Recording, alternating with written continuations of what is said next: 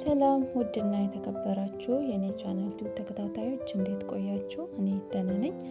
አበበች ነኝ ከኳታር እንዲሁም የሎሚ ስኩል ተማሪ ነኝ።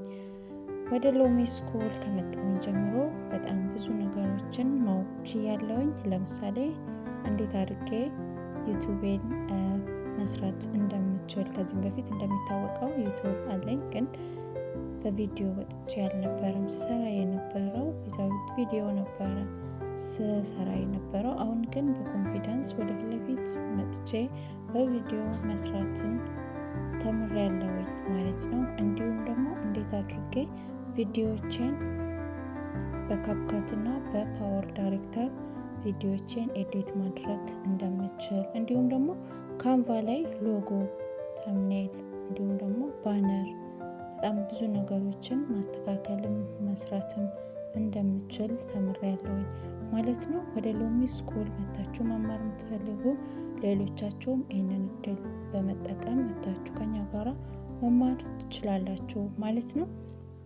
ይህንን እድል ለእኛ ለስደተኞች በተለይ ስላመጣህልን ወንድማችን ተስፍሽ እጅግ በጣም ከልብ እናመሰግናለን ማለት ነው።